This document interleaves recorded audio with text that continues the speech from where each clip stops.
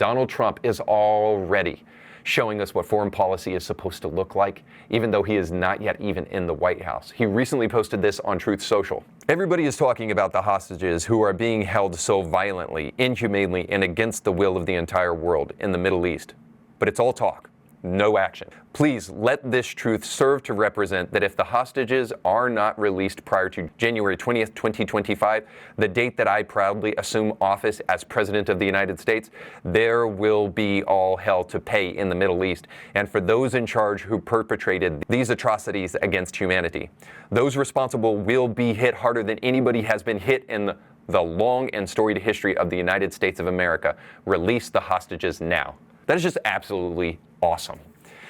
This comes in the wake, too, of the ceasefire that was supposedly brokered by Joe Biden absolutely being destroyed only days later after it was supposedly brokered. And then Israel had to defend itself and then continue to fight. So let me just be really clear with you. Hezbollah had no intention of actually honoring a ceasefire because they don't actually care about a ceasefire. So all of this ceasefire now, all of these Free Palestine protests were absolutely misguided from the very beginning. And also, there's the word, it's escaping me now. What is it? Oh yeah, anti-Semitic. And Israel knows this very well. Here in the West, we seem to have totally forgotten this, but Hezbollah doesn't actually care about civilians, nor did Hamas. That's why they're still holding on to 100 hostages, and that's why civilian casualties are stacking up. See, it's not all Israel's fault. There are casualties in every single war that has ever existed, and there's never going to be an exception to this rule. And unfortunately, while there are still evil people in the world, war will be a necessary evil. And the war that is taking place, that took place in Gaza and is taking now place between Hezbollah and Lebanon and in other regions, the reason it is taking place and the reason a ceasefire was always misguided is because the individuals who are fighting against Israel actually use civilian casualties as shields. And they don't give a darn about any civilian casualties. So you can blame Israel all day long for all of that if you want to. And you can take the numbers that are given to you by the Gaza Ministry of Health run by Hamas if you want to. I, for one, like to think a little bit more clearly than that. But just know this, that a ceasefire in that area is never truly going to be tenable because of the people who are in that area who do not want peace. Now, the reason this is so important for us is that I think in America, we're very mistaken about what human nature actually looks like. See, we assume human kindness because we live in the West. But what you're not understanding is that the West was settled by the Crusades and Christians who won those Crusades. Now, you're not going to like that argument because, of course, the Crusades was a time where evil things took place. And of course they did. But ultimately, the Crusades were undeniably and historically speaking a defensive war against marauding and militating Muslims who were trying to conquer the known world. That's why Pope Urban actually in the Council of Chalcedon, I can't remember exactly, but one of the councils anyway, stood up and said, hey, you guys understand that we're being attacked constantly. We got to do something about this. We have to defend ourselves. And he gave that rousing speech that started the Crusades, I think around 1070 or so. The reason he gave that speech is because if he hadn't, Muslims would be conquering the world, and then the West wouldn't exist as it does today, which has been fueled largely by Greek philosophy and Christian values, Judeo-Christian values, I'll say. All that to say this, that because they live in a different part of the world, they think differently than we do. They don't care about civilian casualties.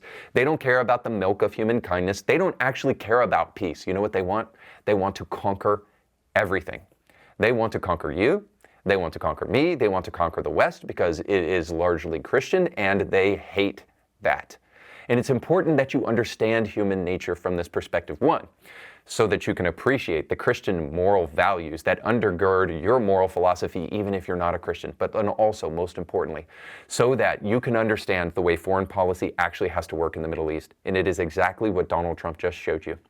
The only way to truly achieve peace is through fighting. It is through strength. The Reagan doctrine is 100% correct. Trump shows us in this tweet exactly how foreign policy has to be done.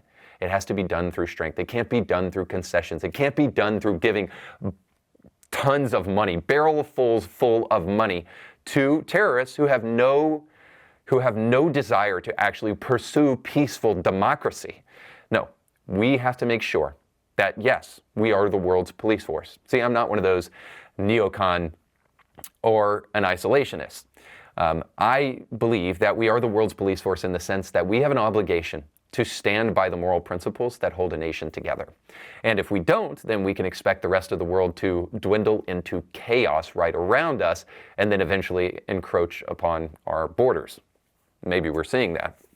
All that to say that I think it's a moral good for us if we have it within our power to do something good for the rest of the world. To not do that is not good. Now, sure, America first, baby. Let's make sure that we've got what we need here. But let's also not forget that our brother and our sisters across the sea, that if they need our help, if a World War III breaks out because there's another person trying to send people to concentration camps, well, then we are immoral to sit back and do nothing. So we have an obligation to use what strength we have, what privileges we have here in the West to ensure peace throughout the world to the best of our ability, because it's in the interest of everyone involved. And if you love people, you'll care about what's happening to them. You'll care about their plight. I understand that there are economic realities that we have to face in the homeland first, but we also shouldn't neglect the fact that this globe that we're on, we're all on it, regardless of borders. And what happens around the world can eventually come to our door. Now, I think Trump understands that. That's why he understands that we have to fight and that we have to fight for peace. Now, last thing about this. This is antithetical to most of us. We don't understand how you can fight for peace. Isn't peace being an absolutely spineless jellyfish and just sitting back and trying to tell everybody that you love them? I mean, don't you see this acoustic guitar and me singing Kumbaya? How can you not understand peace? See, again, this is totally misguided and it is totally unchristian. The real kind of peace that Jesus wants to give us is peace in the midst of the storm, peace in the midst of fighting. So it is not an excuse for us to sit back on the fights that truly matter. And I've said it before and I'll say it again. The ideological fight that we're having in America today is one that needs to be fought so that we do not have to make this thing physical.